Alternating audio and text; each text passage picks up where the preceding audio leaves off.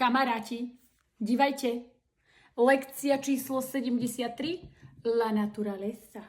Príroda. Vypracovaná. Naučíš sa 30 slovíčok. Dajme si 5. Maťko, vyskúšaj ma. OK. Ako sa povie vidiek? Campo, Jaskyňa. cueva, Ostrov.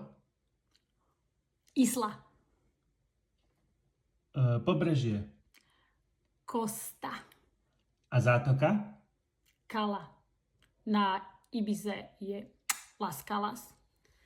Veľa a sú nádherné. No, ale iné. Takže, nabifliš sa slovíčka takéhoto štýlu, bude ich 30, ale okrem toho sa naučíš aj veľa zaujímavého, pretože my sa tam hovorili o Španielsku. Aká je najvyššia sopka, aká je najväčšia duna v Španielsku, aká je najdlhšia rieka, samozrejme po španielsky.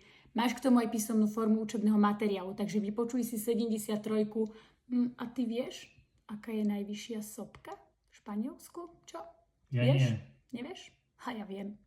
A ty sa dozvieš, keď si vypočuješ podcast. 73.